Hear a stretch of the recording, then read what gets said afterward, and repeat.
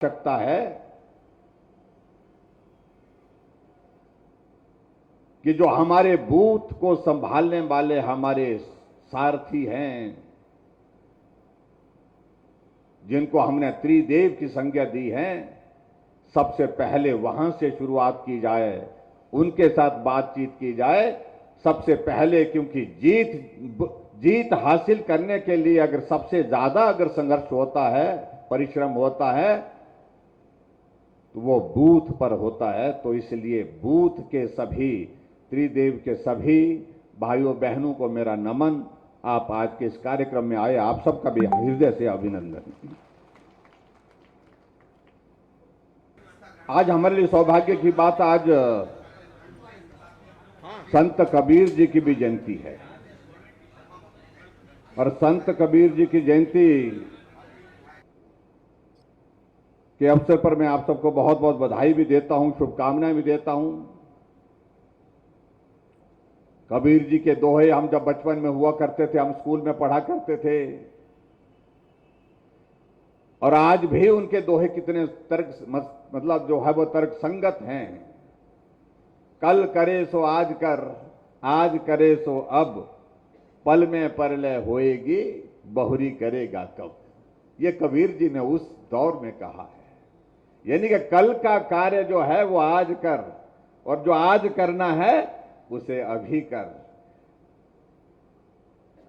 पल भर में मालूम नहीं क्या हो जाए, तो फिर अगर ऐसी परिस्थिति है तो करेंगे कब, उस कार्य को कब करेंगे। ये कबीर जी ने उस वक्त बात कही है। और आगे उन्होंने और भी बात कही है, सांच बराबर तप नहीं, झूठ बराबर पाप, जाके हृदय सांच है, ताके हृदय आप। यानी कि सीधा मुझे लगता है कि इसको समझाने की भी आवश्यकता नहीं है। दिल से सच्चा होना चाहिए, और जो आदमी दिल से सच्चा है उसे किसी प्रकार से किसी परेशानी के दौर में से गुजरना पड़ता है नहीं पड़ता है। क्योंकि सांच को आंच नहीं, ये हम आम शब्दों में कहा करते हैं। तो इसलिए उस वक्त की कबीर जी के दोहे आज भी कितने तर्क संगत हैं, इस बात को हमको सीखने की आवश्यकता है।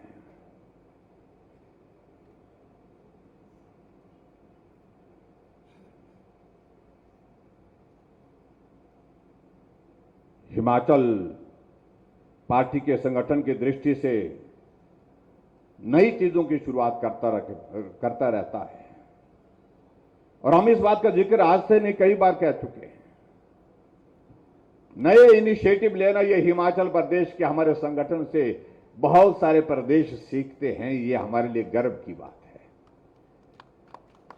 और आज हमारे लिए सम्मान की बात है। यही एक वजह है कि हिमाचल प्रदेश के हमारे संगठन के कार्यकर्ताओं की जो काम करने की क्षमता है, योग्यता है, शैली है, उसका परिचय पूरे देश भर में आज है।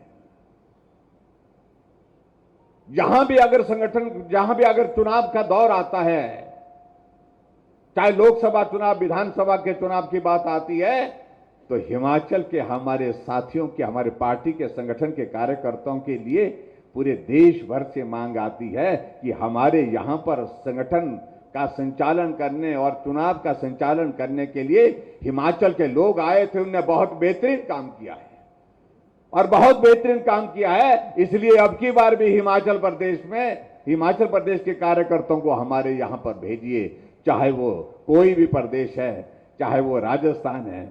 आपका प्रदेश में भी हिमाचल के लोग बहुत जाकर के, बहुत संगठन के और सरकार के बनाने के लिए बहुत मेहनत करके आए हैं। चाहे उत्तराखंड की बात है, चाहे उत्तर प्रदेश की बात है, चाहे दिल्ली की बात है, चाहे पंजाब की बात है, चाहे हरियाणा की बात है, अगर कार्यकर्ताओं की मांग आती है तो हिमाचल के कार्यकर्ताओं को हमारे यहां पर भेजो। इसलिए भेजो क्योंकि जहां हिमाचल का कार्यकर्ता जाता है वो ईमानदारी के साथ काम करता है, और जीत के एक लक्ष्य के लिए जो है जोश और जुनून के साथ काम करता है। वो आराम करने के लिए नहीं जाता, घूमने के लिए नहीं जाता, सिर्फ काम करने के लिए जाता है। ये हिमाचल प्रदेश के कार्यकर्ता की एक पहचान पूरे देश भर में। और आज हमारे लिए सौभाग्य की बात है कि छोटा सा प्रदेश, लेकिन छोटे से प्रदेश से हमारी पार्टी के कार्यकर्ता आज पार्टी के राष्ट्रीय अध्यक्ष के नाते जगत प्रकाश नड्डा जी हैं, आज हमारी पार्टी देश के नहीं दुनिया की सबसे बड़ी पार्टी है, लेकिन दुनिया की सबसे बड़ी पार्टी के प्रदेश अध्यक्ष के नाते हमारे जगत प्रकाश नड्डा जी उसका नेतृत्व कर रहे हैं। भाइयों और बहनों, ये सारी चीजें इसलिए क्योंकि हिमाचल प्रदेश संगठन कौशल में बहुत बेहतरीन काम करने वाला है, और इसलिए आप सब लोग यहां पर जिम्मेवार जो जितने भी कार्यकर्ता बैठे हैं, मैं इस बात को बड़ा साफ कहना चाहता हूं, सरकार की वजह से संगठन नहीं बनता। अगर संगठन काम नहीं करते तो सरकार नहीं बनती। इसलिए सरकार की वजह से संगठन नहीं, संगठन की वजह से सरकार है। ये मूल हमारा सबसे बड़ा एक जो है वो आधार है। अगर आज हिमाचल प्रदेश में हम सत्ता में हैं तो ये परिश्रम आप सब कार्यकर्ताओं का है, आप सबकी मेहनत का परिणाम है। आप लोगों ने दिन रात परिश्रम करके मेहनत करके ऐसी परिस्थिति हिमाचल प्रदेश में पैदा की 5 वर्ष पहले, और हिमाचल प्रदेश के लोगों ने समर्थन दिया, सहयोग दिया, और बहुत बड़े बहुमत के साथ हिमाचल प्रदेश में भारतीय जनता पार्टी की सरकार बनाई।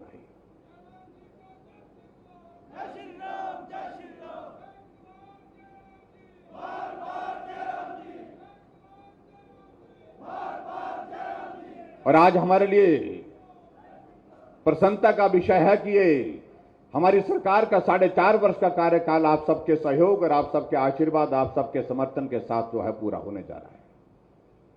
लेकिन हर कदम पर कार्यकर्ताओं का सहयोग मिला, समर्थन मिला, शुभकामनाएं मिली, तब जाकर के आगे बढ़े। कठिन दौर था, कोविड का संकट जिसने सारी व्यवस्थाओं को अस्त व्यस्त कर दिया, लेकिन उसके बावजूद संगठन के कार्यकर्ताओं ने उस संकट के दौर में भी एक जिम्मेवारी के साथ अपनी जो है दिनचर्या को शुरू करके संगठन को भी सहयोग दिया, सरकार को भी सहयोग दिया और समाज को भी सहयोग दिया। कोविड के संकट में मैं इस बात के लिए मैं आप सबको साधुवाद देता हूं जो पार्टी के हमारे साथी बैठे हैं। यह आने वाले समय में इतिहास का हिस्सा रहेगा। जब दुनिया का सबसे बड़ा संकट हमारे सामने था, उस वक्त राजनीतिक दल के कार्यकर्ता क्या कर रहे थे, बाकी राजनीतिक दल के कार्यकर्ता क्या कर रहे थे, ये वो भी लोगों ने देखा है। लेकिन मुझे इस बात को लेकर गर्व है कि मेरी पार्टी के कार्यकर्ता, भारतीय जनता पार्टी के कार्यकर्ता उस वक्त मास्क नहीं थे तो मास्क बांटने के लिए मास्क बना करके घर घर में पहुंचे। इस बात के लिए मैं आप सबको बधाई देता हूं। कहा कि सैनिटाइज करना है तो पार्टी के कार्यकर्ताओं ने सैनिटाइज करके गली गली में काम किया। पार्टी की ओर से कहा गया कि ऐसे संकट के दौर में कोई आदमी भूखा नहीं रहना चाहिए। जहां किसी को राशन की जरूरत थी राशन दिया गया, जहां किसी को खाना देने की जरूरत थी वहां पर खाना दिया। ये काम हमारी पार्टी के संगठन के कार्यकर्ताओं ने हर गांव में किया, हर जगह किया, हर विधानसभा क्षेत्र में किया। और जब हालात ऐसे बिगड़ गए, ऐसी परिस्थिति बन गई, जब परिवार के सदस्यों के लिए भी संकट हो गया, किसी परिवार के सदस्य की मृत्यु हो गई और मृत्यु करने के पश्चात उसके अंतिम संस्कार करने की जब बारी आई, न समाज में से कोई आगे आ पा रहा था, न कोई परिवार में से कोई आगे आ पा रहा था। मेरी पार्टी के कार्यकर्ताओं ने पीपी किट पहन करके उनका अंतिम संस्कार किया। इस बात के लिए मैं आप सभी कार्यकर्ताओं को बहुत बहुत साधुवाद देता हूं। यहां हमारे राकेश जम्वाल जी यहां पर बैठे हैं। कितने ऐसे जो हमारे कोविड के संकट के दौरान जो दुनिया से चले गए, लेकिन जब दुनिया से जाने के पश्चात अंतिम संस्कार की बात आई, स्वयं भी और साथियों को लेकर के उन लोगों का अंतिम संस्कार करने में अपने दायित्व समझा, उस जिम्मेवारी को निभाया। यह अंतर है जिस बात को कोई भूल नहीं सकता है।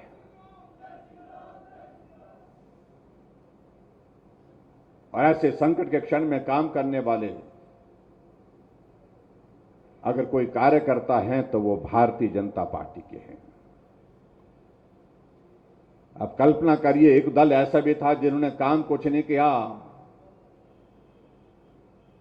लेकिन बिल बना करके यहां से भेज दिया पार्टी हाईकमान को, कांग्रेस की हाईकमान को।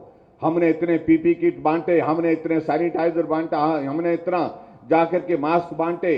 और 12 करोड़ रुपए का बिल कांग्रेस के लिए भेज दिया गया कि आप ये पैसा हमारे खाते में जमा करो, पार्टी के खाते में जमा करो। आप कल्पना करिए, ऐसी पार्टी की अगर सरकार कहीं केंद्र में होती या प्रदेश में होती तो मालूम नहीं क्या होता। उसमें भी लूट का रिकॉर्ड स्थापित करती।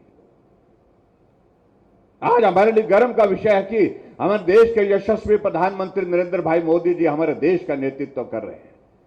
और जो हालात ऐसे बने हैं पूरे देश में, देश का पूरी दुनिया में, वो देश का नेतृत्व नहीं कर रहे हैं।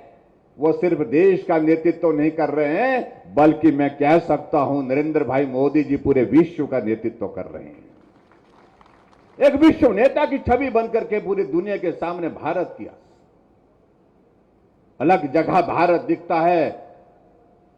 भारत रुकता है तो वहां पर मोदी जी अगर मंच पर खड़े हैं, एक कोने में खड़े हैं, तो मंच पर जितने भी अंतर्राष्ट्रीय मंच पर जितने भी नेता वहां पर उनको देखते हैं, कदम नहीं रोक पाते हैं। जहां मोदी जी खड़े हैं वहां जाकर के उनके पास करीब जाकर के उनके साथ बात करने की कोशिश करते हैं, बात करने के साथ फोटो खींचने के लिए कहते हैं। ये अंतर है।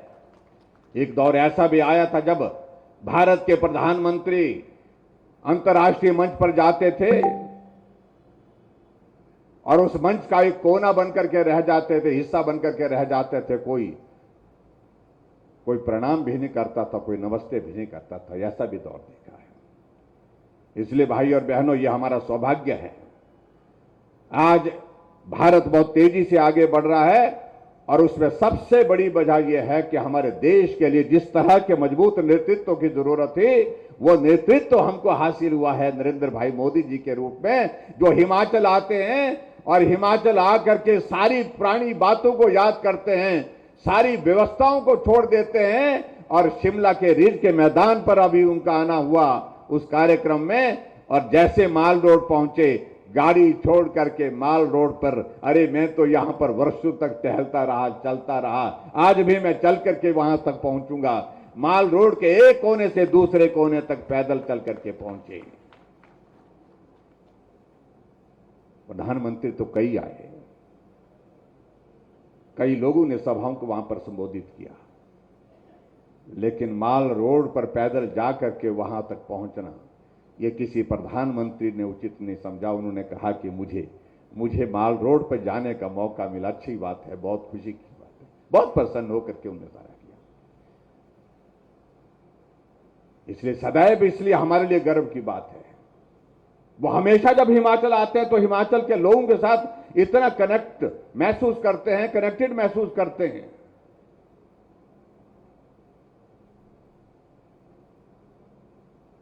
और हमेशा कहते हैं जब मैं हिमाचल आता हूं तो मुझे लगता है कि मैं अपने घर आया।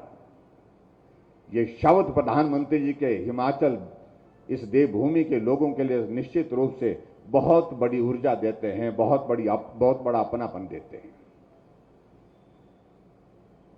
लेकिन भाई और बहनों, ये सफर 4.5 वर्ष का कार्यकाल का पूरा हुआ और 4.5 वर्ष के कार्यकाल में जो आपका सहयोग मिला, समर्थन मिला, उसके लिए आप सबका अभिनंदन, आप सबका धन्यवाद।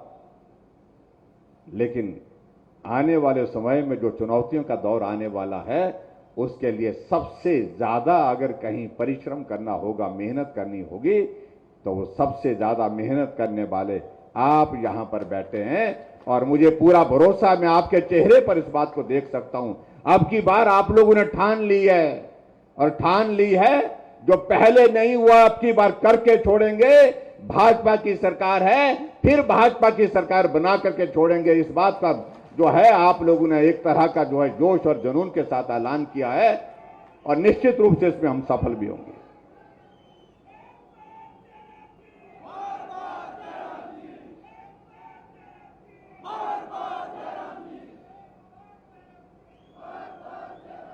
हमारी सरकार का यह कार्यकाल समर्पित रहा गरीब लोगों के लिए।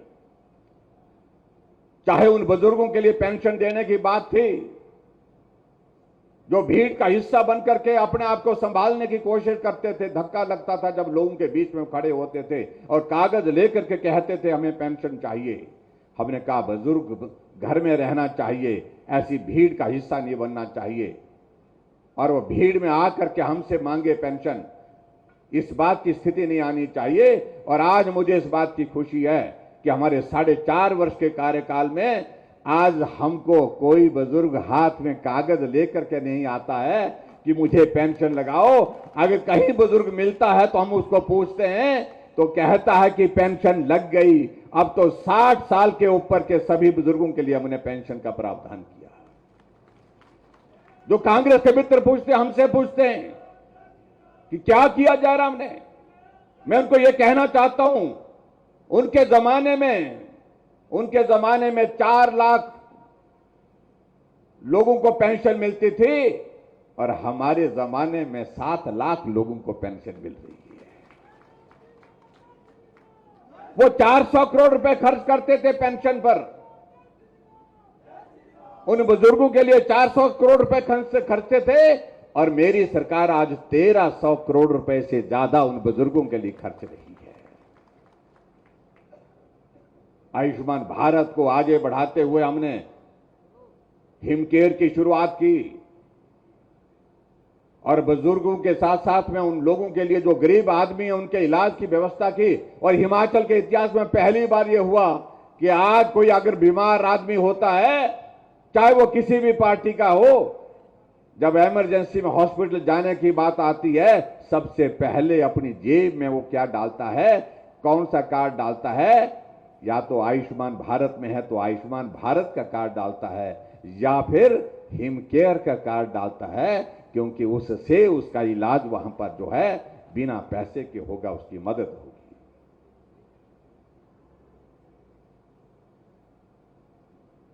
हर घर में गैस का चूल्हा होना चाहिए, ये गरीब आदमी सोचता था लेकिन कल्पना करता था। आदरणीय प्रधानमंत्री जी ने उज्ज्वला योजना को शुरू किया और उज्ज्वला योजना के अंतर्गत हमको 1,37,000 गैस के कनेक्शन हिमाचल प्रदेश में प्राप्त हुए, लेकिन बहुत सारे गरीब लोग उसके बावजूद भी रह गए। महिलाएं कहने लगी कि इनके घर में तो गैस का चूल्हा आ गया लेकिन हमारे तो अभी पहुंचा नहीं। हमने कहा चिंता मत करिए, हमने तय किया कि जितने भी घर बाकी बचे हैं उनके लिए भी हम अपनी सरकार की योजना चलाएंगे। तो मुख्यमंत्री गृहिणी सुविधा योजना उनके लिए समर्पित की। और आज मुझे शेखावत जी इस बात को बताते हुए प्रसन्नता है कि हिमाचल प्रदेश पूरे देश भर में एक ऐसा राज्य है जहां हर घर में गैस का चूल्हा है, एक भी घर गैस के चूल्हे के बिना नहीं है। जो कांग्रेस के नेता हमसे पूछते हैं कि क्या किया जयराम ने, हमने तो ये किया, तुम अपना बताने की तैयारी करो, तुमने क्या किया। मुख्यमंत्री स्वावलंबन योजना के अंतर्गत नौजवानों के लिए हमने 1 करोड़ रुपए का ऋण दे करके उसमें 25% सब्सिडी, अगर बेटी करना चाहती है, कोई विधवा करना चाहती है, अपना कारोबार करना चाहती है, उसको 35% सब्सिडी। अभी कांगड़ा में मुझे जाने का, धर्मशाला में सरस के मेले में जाने का सौभाग्य प्राप्त हुआ और मुझे इस बात की प्रसन्नता है कि ऐसे नौजवानों ने अपने काम शुरू किया है, अपने स्टार्टअप शुरू किए हैं, जहां वो 25-25, 30-30, 40-40 नौजवानों के लिए और लोगों के लिए भी रोजगार दे रहे हैं। पहली बार शुरुआत हुई मुख्यमंत्री स्वावलंबन योजना की हिमाचल प्रदेश में।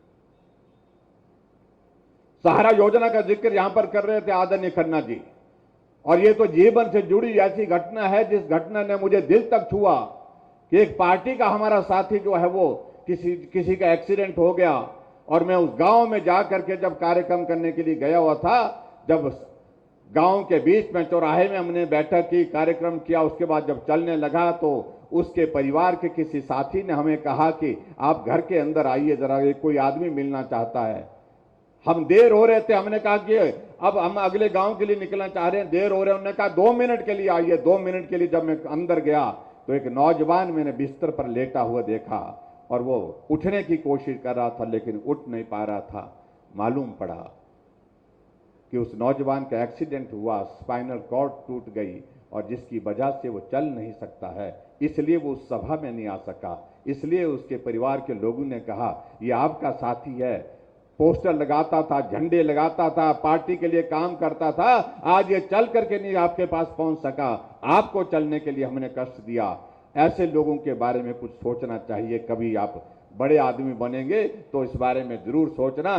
जीवन को छू, दिल को छू गई वो बात। और उस दिन हमने तय किया कभी मौका मिलेगा तो मैं ऐसे लोगों के लिए अलग से कुछ मदद करने का रास्ता ढूंढूंगा। सरकार बनी, मुझे मुख्यमंत्री बनने का सौभाग्य आप सबके आशीर्वाद से और पार्टी के हमारे केंद्र के नेताओं के आशीर्वाद से मिला, तो हमने वो काम पूरा किया।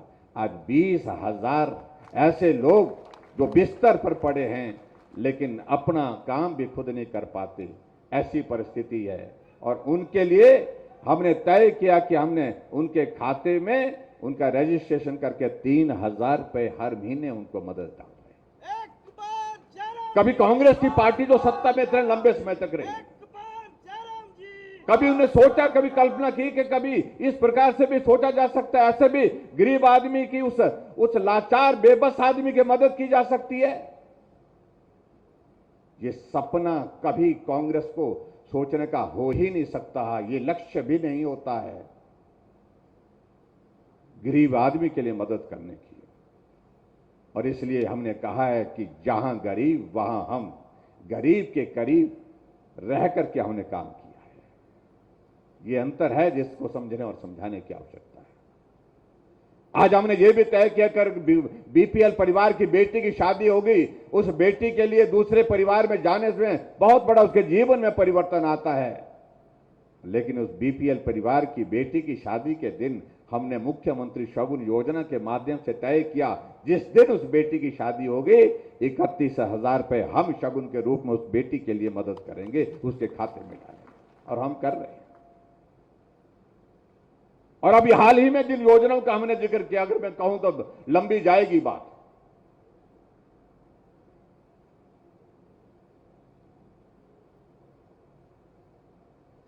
आदरणीय शेखावत जी के पास मंत्रालय है, जल शक्ति मंत्रालय इनके पास है।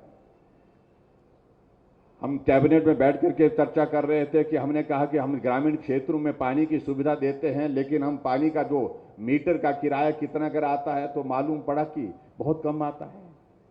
लगभग 30-32 करोड़ रुपए हिमाचल में 72 करोड़ की आबादी में 30-32 करोड़ रुपए हमको प्राप्त होता था। जब हम वहां पर चर्चा करने लगे, चर्चा करते करते बात निकल आई कि बहुत सारे लोग देते नहीं हैं। हमने कहा जो बहुत सारे लोग देते नहीं है ये कौन है? कि ये वो लोग हैं जो थोड़े प्रभावशाली है। कुछ लोग इसमें भी ईमानदार होते हैं, चलो देते हैं, लेकिन कुछ लोग नलका तो लगा लेते हैं लेकिन पैसे देते नहीं है। हमने कहा भाई एक चीज तय करो, या तो सबसे लो या फिर सबसे ना लो। फिर हमने तय किया कि पानी पिलाना जो है ये पुण्य का कार्य है, बहुत बड़ा पुण्य का कार्य है। अगर ये 30-32 करोड़ रुपए अगर नहीं भी आता है तो कोई संकट नहीं सरकार के ऊपर आने वाला बड़ा। और ऐसे में हमने तय किया ग्रामीण क्षेत्र में जितने भी कनेक्शन लगे हैं, पानी के कनेक्शन लगे हैं, उन सब के लिए हमने तय किया कोई भी पैसा मीटर का किराए का जो है पानी का किराए का नहीं लिया जाएगा। ये भी हमने तय किया, जो कांग्रेस लंबे समय तक सत्ता में रही वो कभी सोच नहीं पाई। और आगे बढ़कर के हमने एक और निर्णय किया, और खास तौर से जो हमने मातृशक्ति को खास तौर से जो ताकत देने के लिए हमारे लोगों ने कहा कि बहुत सारी हमारी माताएं बहनें काम के लिए निकलती हैं। एक जमाना होता था जब महिलाएं घर का हिस्सा होती थी, घर का काम देखती थी। आज तो महिलाएं घर के काम के साथ साथ में और बहुत सारे काम उनको करने पड़ते हैं। ऐसे में उनके लिए मदद करनी चाहिए, आने जाने के लिए उनकी कुछ मदद हो सके। तो रास्ता क्या निकाला, हमने कहा कि आबादी का 50% हिस्सा महिलाओं का है, तो इसलिए हमने तय किया कि बसों में किराए की व्यवस्था में भी हम महिलाओं से 50% लेंगे, आधा लेंगे, आधा नहीं लेंगे। पुरुष इसमें बड़े थोड़े नाराज हुए मेरे से, कहने लगे इन महिलाओं के लिए सारा कुछ कर रहे हैं, हमारे लिए कुछ नहीं कर रहे हैं। बोलते महिलाएं भी 50% हैं तो हम भी 50% हैं। मैंने कहा भाई साहब अगर बारीकी में देखें तो आपको इस बात का एहसास होगा कि अगर महिलाओं को हमने किराया 50% किया तो आप भी उसमें लाभार्थी हैं। बोलते हम कैसे लाभार्थी हो गए? मैं कहा लाभार्थी इसलिए है गोए क्योंकि बटुआ तो आपका ही खुलेगा, तो इसलिए आप भी तालीम जाओ भाई, जितने भी बैठे हैं यहां पर। राहत तो आप तक भी पहुंच रही है। और इसलिए मैं देख रहा हूं, मैं हर जगह में जा रहा हूं, कार्यक्रम में मैं जा रहा हूं कि यहां तो व्यवस्था यह है कि ये कार्यक्रम संगठन का कार्यक्रम है, जो व्यक्ति ने आना है वही आएगा। हर कुर्सी पर नाम लगा है, नाम के हिसाब से बैठना होगा। और मेरी भी जो है वो यहां पर कुर्सी बीच में होगी कहीं लगी हुई, पोलिंग बूथ सरोआ और पोलिंग बूथ नंबर 3, हाँ वहां पर लगी हुई। मैं भी वहां का बूथ पालक हूं, लेकिन मेरी कुर्सी यहां लगा दी एक व्यवस्था के अनुसार, नहीं तो मुझे भी वहां पर बैठना था। ये कार्यक्रम अलग तरह का कार्यक्रम है। कुर्सी के ऊपर नाम के साथ बैठने के लिए जिम्मेवारी ये दी गई है, इसलिए कोई सभा नहीं है, ये कार्यक्रम इस तरह का है। और अब की बार इस बात का मैं जिक्र करना चाहूं, अब इन बातों को हमको उठाने की आवश्यकता है। और हिमाचल एक ऊर्जा राज्य के रूप में जाना जाता है, और ऊर्जा राज्य के रूप में जाना जाता है। हम 11,000 मेगावाट बिजली पैदा करते हैं। हम दूसरे प्रदेशों के अंधेरे को दूर करते हैं। दिल्ली को हम बिजली देते हैं, राजस्थान को भी बिजली हम देते हैं, हिमाचल प्रदेश से देते हैं, हरियाणा को हम देते हैं, पंजाब को हम देते हैं। लेकिन हमारे हिमाचल प्रदेश में जो नौजवान हमारे सब साथी पूछते थे कि लेकिन ऊर्जा राज्य होने के नाते हमें क्या लाभ है, तो हमने तय किया कि हिमाचल प्रदेश में पहले 90 यूनिट का किया था, अब हमने 125 यूनिट का तय किया।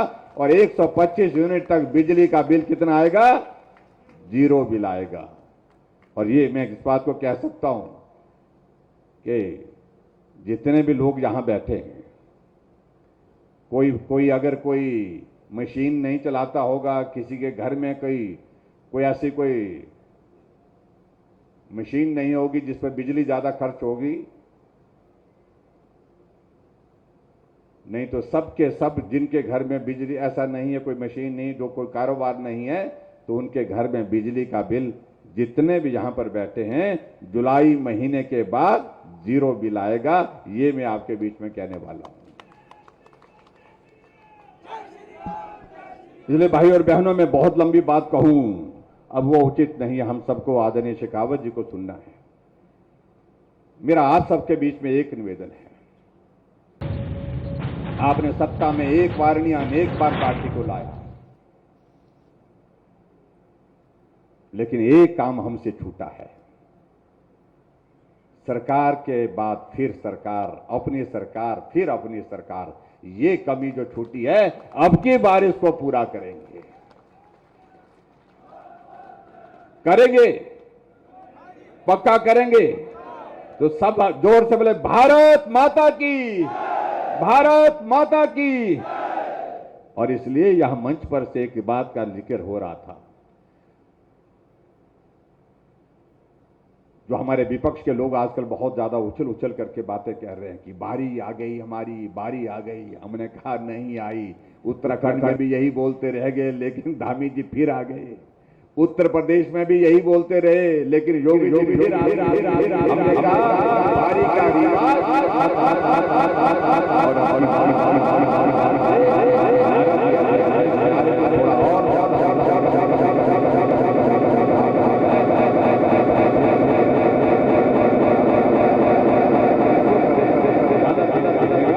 क्या बोला उन्होंने, राज बदलेंगे ना, राज बदलेंगे, राज बदलेंगे।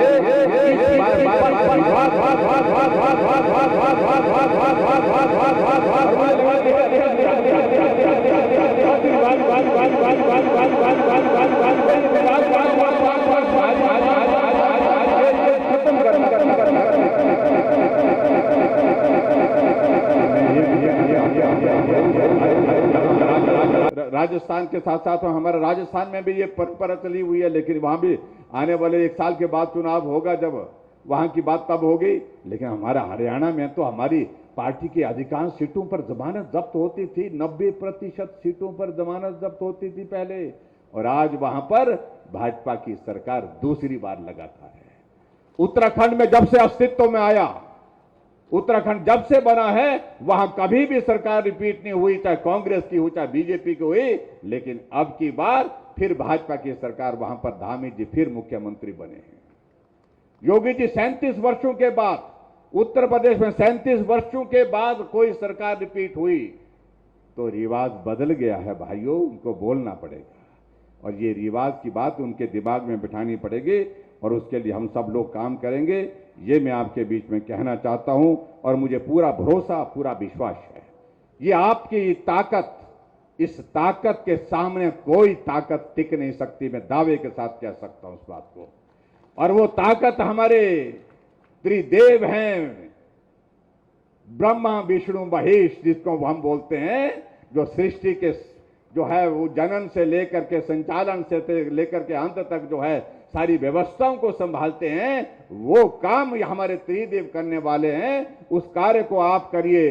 और एक बात मैं और भी ये भी कहना चाहता हूं, इस दौर वर्ष भले ही 5 कहें, 4.5 वर्ष का कार्यकाल उसमें से बीता, लेकिन सही मायने में 2 वर्ष तो उस काम में बीते जिसकी कभी कल्पना नहीं की जा सकती थी। कोविड के एक कार्यकाल बिना कोविड के भी चाहिए भाई। और वो दौर मुझे लगता है कि निश्चित रूप से आप सबके सहयोग से मिलेगा। आदरणीय प्रधानमंत्री जी के नेतृत्व में हिमाचल को बहुत बड़ा सहयोग मिला। हिमाचल के लिए हर क्षेत्र में काम करने, विकास करने के लिए हमको मदद मिली केंद्र से। एक नहीं अनेक योजना हमको केंद्र से मिली है। जब हिमाचल प्रदेश ने अपना पक्ष रखा केंद्र के समक्ष, हमें मदद मिली है। और वहीं आदरणीय शेखावत जी का मैं भी आभार व्यक्त करता हूं। आपके आशीर्वाद से भी हिमाचल प्रदेश को बहुत बड़ा हमको सहयोग मिला है। और आज एक विशेष योजना का भी यहां सुंदरनगर में उद्घाटन है। 23 करोड़ रुपए की लागत से बनी सुंदरनगर शहर के लिए 11 वार्डों में जो पानी की समस्या जो होती थी, उसका जो है उसका आज उद्घाटन है। उसके लिए भी मैं आपका धन्यवाद करता हूं। इस कार्यक्रम के बाद वो भी कार्यक्रम होगा। आपका बहुत बड़ा उस दृष्टि से उसमें बड़ा योगदान रहा है। और विशेष तौर से मैं इस बात का भी जिक्र करना चाहता हूं, जहां कांग्रेस के लोग हमको पूछते हैं कि कुछ नहीं किया, उन्होंने 50 वर्षों में 7 लाख नल के कनेक्शन लगाए हिमाचल प्रदेश में, और हमने 3 सालों में 8,37,000 कनेक्शन लगाए। जो वो 50 वर्ष नहीं कर पाए, वो 3 वर्षों में हिमाचल प्रदेश में हुआ है। इसके लिए मैं माननीय मंत्री श्री महेंद्र सिंह ठाकुर जी का भी उनको भी बहुत बहुत बधाई देता हूं। और आदरणीय शेखावत जी का मैं हृदय से आभार व्यक्त करता हूं। मित्रों, आगे के दौर के लिए हम आगे बढ़ेंगे, मिलकर के काम करेंगे, सारी चुनौतियों का सामना करेंगे। कांग्रेस का तमाशा आप लोग देख रहे हैं। जाकर के सिरमौर में विधायक कांग्रेस की बैठक में, जलसे में जाकर के धरना देने के लिए बैठ गए। कांग्रेस के पूर्व के जो स्पीकर रहे हैं वो भी जमीन पर बैठ गए। और जाकर के किन्नौर में जाते कांग्रेस की अध्यक्षा, और वहां पर जाकर के पुलिस को भेजना पड़ा, पुलिस को उनका बीच बचाव करना पड़ा, सिर फोड़ने की नौबत वहां पर मंच पर ही आ गई थी। ये दौर आने वाले समय में भी आपको और देखने पड़ेंगे। इतना मैं कहना चाहता हूं, कांग्रेस पूरे देश भर से समाप्त है, और हिमाचल प्रदेश में तो मैं कहना चाहता हूं उनका दौर निश्चित रूप से अगर थोड़ा बहुत बचा था तो अब की बार इस दौर में वो भी साफ होगा। उसके लिए आप सबका आशीर्वाद, आप सबका समर्थन, आप सबका सहयोग चाहिए। इतनी बात कहते हुए मैं पूरी करता हूं। भारत माता की, भारत माता की, भारत माता की। बहुत बहुत धन्यवाद। नमस्कार, जय हिंद।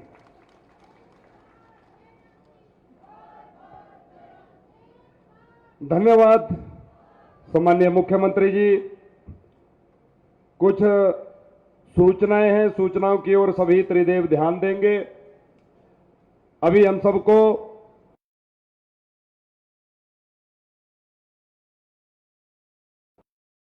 पार्टी के वरिष्ठ नेता, केंद्र में जल शक्ति मंत्री, इनका आज त्रिदेव सम्मेलन में हम सबको